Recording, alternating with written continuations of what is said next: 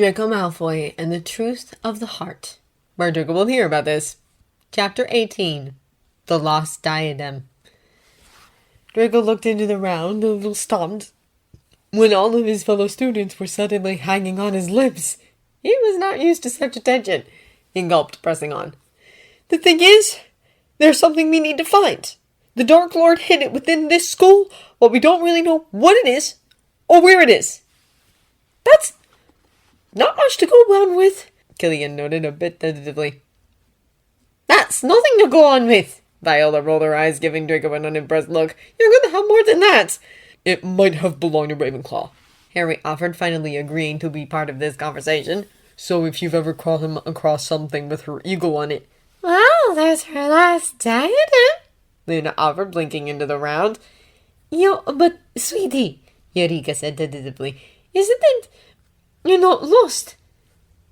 That might be the reason why it's lost, though, Abbas said slowly. Because you know who took it and hid it? But it was lost centuries ago. Chang shook her head and Draco's eyes narrowed, no matter how valuable her input. Professor Flitwick says the diadem vanished with Ravenclaw herself. People have looked, but nobody's ever found a trace of it, have they? She turned to her fellow Ravenclaws for confirmation, who nodded in agreement. Draco wished she had been wrong, just out of spite. And none of you have ever seen anything that looks like it? Harry asked. More people shook their heads. Harry sighed, catching Draco's eyes. Draco wondered if they were barking up the wrong tree with this one, no matter how much he wanted to prove Chang wrong. If it really had been lost for such a long time, unless the Dark Lord had retrieved it from its original hiding place and hid it again, it seemed unlikely that this was the Horcrux they were looking for.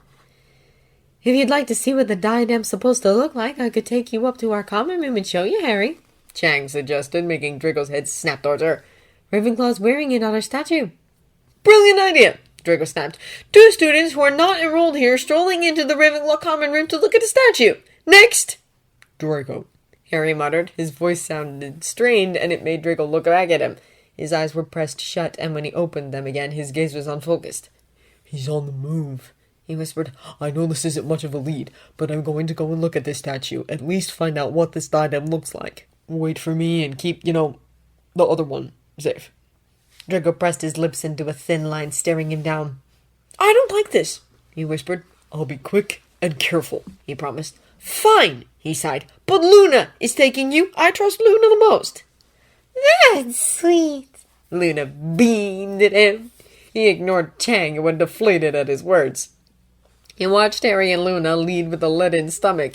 He knew that it didn't make sense for all of them to go together. It would draw unnecessary attention. But separating, now that they were at such a dangerous place, when they'd been together 24/7 for months and months, it seemed plainly wrong. He startled when a hand clasped on his shoulder, looking up to realize that Ryan, Ginny, and Eureka had joined him. Don't frown like that, Ryan grinned at him. Your face will get stuck. Draco grimaced and Ryan snorted. They'll be fine, Eureka said quite confidently. They are both made of strong stuff. You're right, Draco sighed. He looked at them. So I heard you've been quite busy.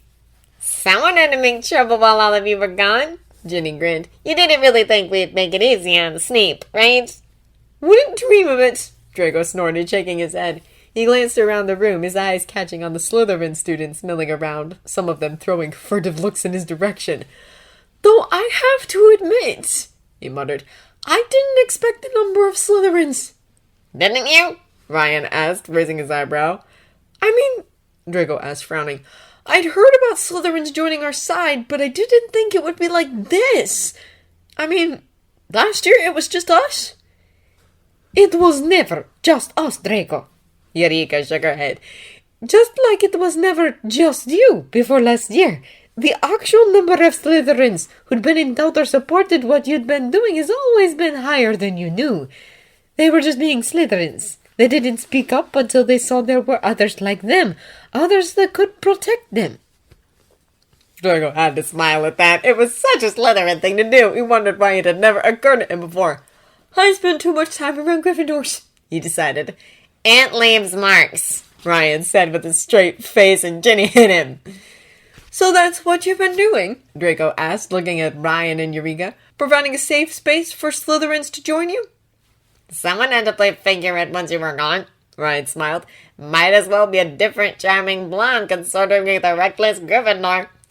As if you were any less reckless than me, Ginny countered. I'm wounded, darling, Ryan called, bringing a hand up to his chest. How can you doubt my most defining Slytherin quality? To be fair, Ryan usually manages to get us out of the predicaments he gets us into as well. Eureka frowned. It's a weird talent. See? Ryan called, pointing at her. Handed appreciates my sense for self-preservation. Well, Draco raised an eyebrow. Honestly, I think as soon as loved ones are involved, the whole self-preservation thing goes a bit down the gutter anyways. True that, Eureka sighed. They fell into a comfortable silence, just watching the other students buzzing around them. His gaze soon fell on Hermione and Weasley, who stood a bit on the side, whispering amongst themselves. As soon as their eyes met, though, they approached Draco, drawing him away from the others to talk to him in hushed voices. Draco, we've been thinking, Hermione whispered. Even if we find the second Horcrux, we don't know for sure if your way of destroying them will work. Draco's jaw clenched. He wished he could deny it, but he knew it was true. So what are you suggesting? He asked. The giant war secret. Weasley hissed, catching his eyes. The basilisk skeleton should still be there, right? Including the fangs and the venom. Draco frowned. But how are you going to get him without Harry? He asked. I'll try to imitate his puzzle bunk. Weasley shrugged. I was with him when we went in. It's worth a try. Okay, Draco frowned. Are you taking the cup? Yes, Hermione nodded. If we find something, we might as well destroy it right away. If Harry gets a lead on the diadem, you can go with him and try to take care of it your way. If it doesn't work, we'll catch up with you with a fang as a plan B. Okay, Draco nodded. Do you have the Marauder's map, in case you need to find us? We do, Hermione nodded. It's in my bag. Good, Draco said. Be careful. Hermione nodded, and she smiled at him before the two of them took off as well, leaving Draco as the last man standing in the room of requirements, along with the rest of the rebels, of course. What was that about? Ginny asked curiously. They're working on a plan B, Draco shrugged. Sounds like a smart thing to do, Eureka noted. She looked at him above his shoulder. Want some tea while we wait? Would love some, Draco sighed, smiling as he followed them towards their cots, allowing himself to settle down. As they waited, more and more people appeared in the room of requirement. It was starting to feel like a very crowded train station rather than a hideout within a school. The first ones to arrive were other students, former Gryffindor Captain Oliver Wood, and other teammates of Harry's like Johnson, Bell, or Spinnet. But then the Order of Phoenix started to turn up one by one. Mr. and Miss Weasley, followed by Bill and Fleur, and then Kingsley and Remus, the latter, who pulled Draco into a tight embrace when he reached him. You've wreaked quite a havoc throughout the Wizarding World for a single day, he sighed as he let go of him, looking him over. Breaking into Gringotts, gate-crashing Hogsmeade, sneaking into Hogwarts. Believe me, I had other plans too, Draco shrugged. Things just happen around Harry? Remus cracked a smile, shaking his head. It appears so, he agreed. Well, I'm glad to see you are safe and sound at least. Still, it took a while longer until at last Harry and Luna burst through the door. Harry looked disheveled and his eyes were wild. He opened his mouth to say something, though he seemed thrown by the new arrivals because he held in, frowning into the round. It was Remus who stepped up to him. Harry, what's happening? He asked. Voldemort's on his way. They're barricading the school. Snape's run for it. What are you doing here? How did you know? We sent messages to the rest of Dumbledore's army, Fred offered as an explanation. You couldn't expect everyone to miss the fun, Harry, and the DA let the order know, and it all kind of snowballed. Harry, please focus, Draco cut in, stepping up to them. What's going on? What's the plan? They're evacuating the younger kids and everyone's meeting in the Great Hall to get organized, Harry said. We're fighting. The noise that went through the room in his words was deafening. Draco felt cold at the news. This was it. No more hiding, no more plotting. This was the battle. This was where it would be decided. Bloody hell, he wasn't ready! None of them were! The cup was still intact, when Horcrux was still missing, and the Sting was still alive! It was too early for a bloody showdown! But he didn't get to say any of that because everyone was already moving. Eureka had clasped Luna's hand and they were making their way towards the Great Hall. Ryan and Ginny were rounding up the younger students, the latter pointedly ignoring her mother's input when she pointed out that she was too young to fight. You're underage, she shouted. I won't permit it, Ginny. I really don't care, Mom, she snapped. I'm saying, Jennifer, Molly, Weasley, I'm in Dumbledore's army, a teenager's gang. A teenager's gang that's about to take him on, which no one else has dared to do, Fred interjected. She's 16, Miss Weasley yelled. She's not old enough. What were you two thinking bringing her with you? I took them, not the other way around, Ginny snapped. I knew how to get in, remember? I've been a leading member of Hogwarts Resistance for the better part of a year. I'm not going anywhere! Ginny, Bill sighed. Everyone underage will have to go home. It's only right. Everyone underage doesn't have their entire family here, including their boyfriend and all of their friends, she hissed. If you're trying to send me off, I'll find a way to come back, and that's going to be dangerous. Do you really want to risk that? If I may, Ryan said tentatively. As much as I'd like Ginny to be safe, there's no way she's going to let that go. You should know we're better than that. It might be better to just stick together and keep each other safe than try to exclude her and have her claw her way back into the castle alone and unprotected. Aren't you underage too? Miss Weasley snapped. I turned 17 in February. Ryan smiled. No one can send me home. Sorry. She glared at him as if for the first time she saw him for the bad Slytherin influence she might have suspected he was, until their husband put a hand onto her shoulder. Ryan isn't wrong, Mr. Weasley said. Ginny is headstrong, and she has been involved with this for too long. We can't ask her to leave. Miss Weasley turned on him, clearly about to shout him down, but she was interrupted when someone new stumbled through the door. More danger, though Draco had not seen that particular face in a long time. He stared, flabbergasted, at Percy Weasley, looking around, eventually finding his family and approaching them. Am I too late? He asked urgently. Has it started? I only just found out, so I...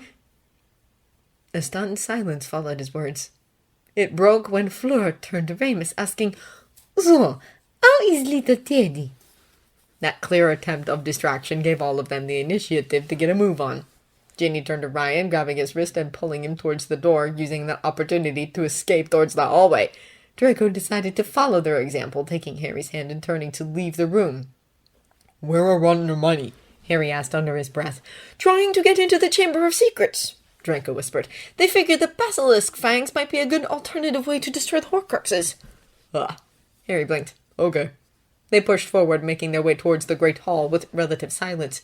Draco's head was spinning with nerves, and his fingers tightened around Harry's hands until he couldn't stand it anymore. What are we going to do? He whispered. This is too early. We can't kill him yet. I know, Harry agreed. We'll need time.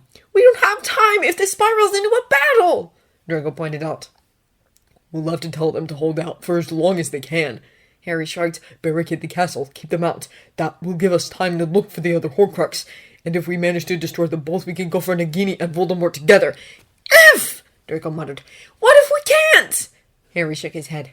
We just have to try, was all he said. Draco took a shaky breath. What about the diadem? He muttered. Was your trip with Luna any use? Not really, Harry sighed. I mean, I know what it looks like, but... Draco sighed. Great, he breathed. Just great.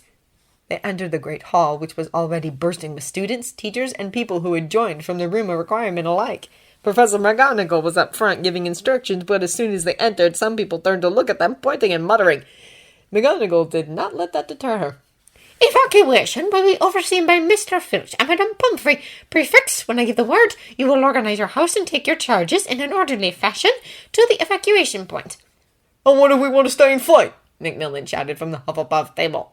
There was deafening applause from the large part of the crowd. They only quietened when McGonagall spoke up once more. If you are of age, you may stay. Draco's eyes wandered across the hall and quickly found Ginny holding onto Ryan's hand. They exchanged a grave look. She leaned into him, and he wrapped his arm around her. Draco drowned out most of the discussion that followed afterwards, students shooting questions at McGonagall, who answered, her tone calm and efficient, until their voice was drowned out by a different, more ethereal voice. It boomed through the hall, loud, clear, and cold, with no obvious source of origin, though Draco knew without a shadow of a doubt who it belonged to. It made his blood freeze in his veins. I know that you are preparing to fight, the Dark Lord announced. Some students screamed, others were dead silent. Your efforts are futile. You cannot fight me. I do not want to kill you. I have great respect for the teachers of Hogwarts. I do not want to spill magical blood. Draco looked at Harry, but the other boy was staring across the hall, watching the other students. Give me Harry Potter, The Dark Lord demanded, and Draco's hand tightened around Harry's. and no one shall be harmed. Give me Harry Potter, and I shall leave the school untouched. Give me Harry Potter, and you will be rewarded. You have until midnight.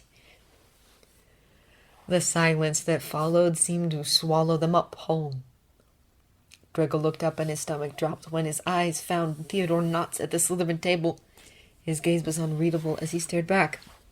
Well, that was a load of crap, Ryan announced, heartily breaking the tension. What now, headmistress? I think you were going to say something before you were so rudely interrupted.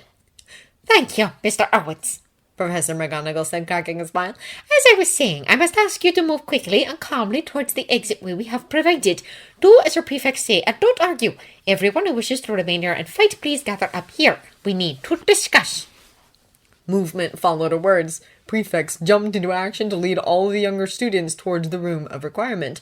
Draco saw Ginny kiss Ryan on the cheek before she slid out of the Great Hall, most probably to hide out somewhere in the castle until they'd sealed up the exit, and she was sure to be allowed to stay. He had to commend her determination. Across the hall, Colin Creevey was throwing a tantrum towards a similar goal at Professor McGonagall, but he had a feeling he was going to be far less successful. Hanging with Slytherin had done Ginny good, in his opinion. Then Kingsley started delegating jobs between the teachers, the order members, and the remaining students. Draco turned to Harry. "So," he whispered, "what are we going to do?" "I have no idea," Harry moaned, looking despaired. "I don't even know if the stupid diadem is an actual lead. Could he have turned it into a Horcrux if nobody has seen it in living memory?" Draco stared at him. "In living memory," he repeated. His fingers tightened around Harry's. "Harry! What about the Grey Lady?" Harry's eyes widened.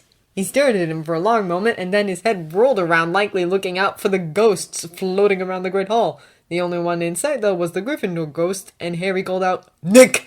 before he started running after him. Draco made to follow, but he then almost knocked into someone, and looking up, he found himself face to face with Pansy Parkinson. "Pans!" he muttered, blinking. "What are you still doing here? Aren't you leaving?"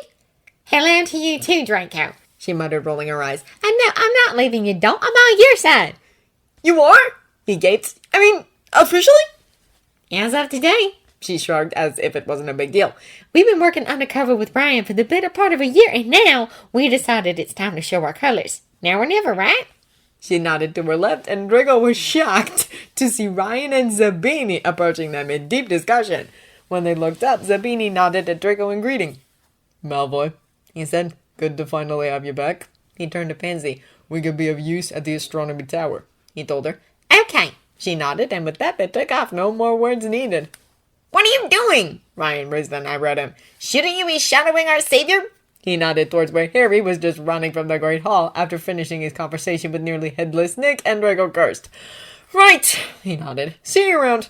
And with that, he sprinted towards the exit and managed to catch a glimpse of him down the corridor. He took off after him, but came to a reluctant halt when he heard Harry speak. You're the Great Lady, the ghost of Ravenclaw Tower." "That is correct." Draco hung back, unsure if this was the right moment to intrude. Very quietly, he turned around and walked back towards the staircase, sitting down, just out of earshot, but close enough so that he could still see them. He wasn't going to let Harry disappear on him, after all.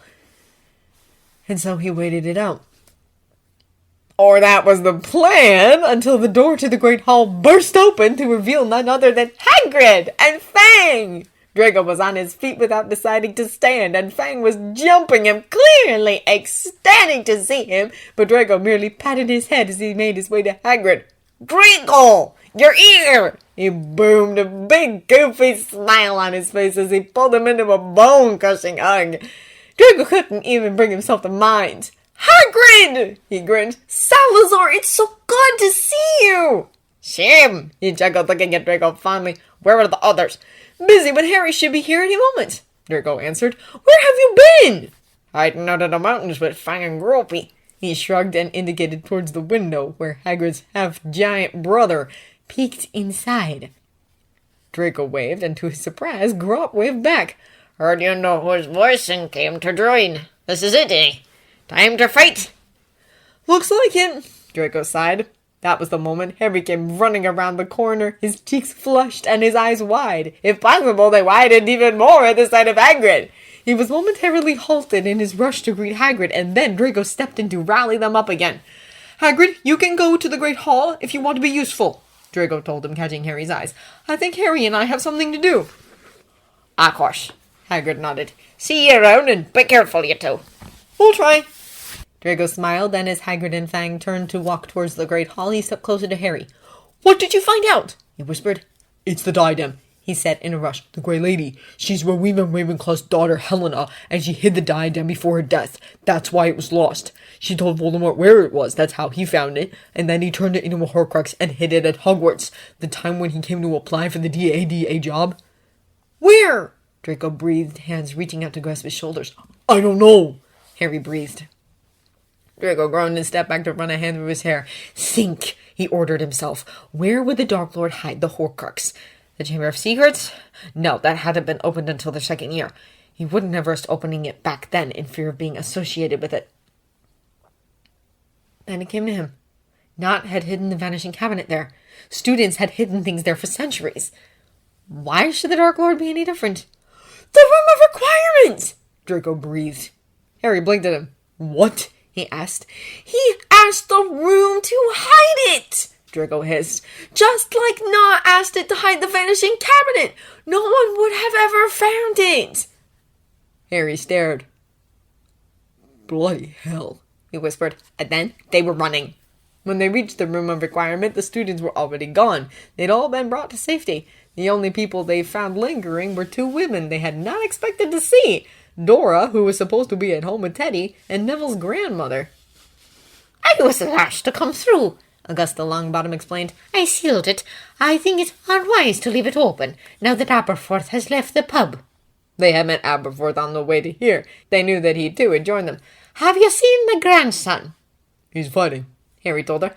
Naturally, she nodded proudly. Excuse me, I must go and assist him. Dora, what are you doing here? Draco asked, turning to his cousin. Why aren't you with your son? Because my husband is out there, and because this war decides my son's future, she muttered, looking nervous. If our positions were reversed, would you stay home, Draco? No, he admitted, cracking a smile. Go and find him. She smiled back, and with that she was off. Draco left it upon Harry to ask what they needed from the room. He just stood back listening to the sounds of war and centering himself. Hermione and Ron still weren't back, which meant it was on him to destroy the Horcrux. Bloody hell, he just hoped that all his research hadn't been for nothing. Draco, Harry said, and he opened his eyes again. Harry stood by the open door to the Room of Requirement, looking into a different kind of room now, one that contained a seemingly endless space of, in need for a better word, stuff. Rows and rows of things Hogwarts students had hidden over the centuries and that had been stored in the room, never to be recovered. Draco nodded, following Harry inside. It was a little overwhelming. He didn't quite know where to start. Surely the diadem could be anywhere. We're seekers, Harry muttered. We can do this. Let's split up. Draco, though, was doubtful that it would be as easy as catching a snitch. He tried summoning the diadem once, but of course it didn't work. As he walked through the rows and found nothing, he kept thinking and thinking of a way to make this easier. And then it came to him. It was a Horcrux! They shouldn't look for it. They could feel it. Harry, he called, don't search for it as much as... Go with your instincts. You have a connection to the Dark Lord. Try to feel for the dark magic. We know how his Horcruxes feel like by now. What? Harry asked, sounding bewildered. Trust me, Draco pleaded. Okay, Harry said reluctantly. For a while there was silence as they kept searching. And then Harry called, Draco, I found it. Heart racing, Draco ran towards Harry. He found him standing in front of a statue of a warlock, a wig placed on top of it. The diadem rested on top of it, looking faded and emanating dark magic. Draco nodded. Okay, he took a deep breath. Just let me... He felt Harry staring at him. You can do this? He asked. I have no idea, Draco said honestly, raising his wand. But I'll try. He closed his eyes, taking a deep breath before opening them again. Calculations and formulas were floating around in his mind as he recalculated the mass of magic in the air. He nodded to himself before starting to chant the incantation. It wasn't a spell in the usual sense. It was long, and he'd had to construct it for the occasion, and he could only pray that it would work. He could feel the magic moving around them, though, pressing into their space, which meant it was evading another space. Pressure built, and Draco had to hold onto his wand with both hands because it was suddenly hard to keep it steady. The pressure kept building as the magic kept fleeing through his wand into his body, and Draco gasped as he pressed his eyes closed against it. Harry reached out for him, but he couldn't focus on it. It felt like a weight pushing down on him from all sides, inside, outside, up, down, left, right, and then he couldn't hold it anymore, and he let it go again. The magic flew out of him in a rush and back into the space it had abandoned, the space the Horcrux occupied. The effect was unexpectedly destructive, and Draco had to shield his face against it. The statue crumbled, leaving nothing but dust in its wake. Both Harry and Draco coughed. Then Harry carefully stepped closer to the dust, reaching out to retrieve the diadem. Or what was left of it. It had been cracked, cleanly through the middle. Harry was holding both pieces up for him to see. Bloody hell, Harry whispered, looking at him in awe. That was amazing, Draco. Good to know that experiment was successful, he muttered. Compared to the other Horcrux, that was pretty clean, Harry commented, still gazing at the broken pieces in wonder. You really are something else. Draco was about to respond, but then another voice startled them from their conversation. Well, look who we've got here. Malfoy and Potter in the flesh.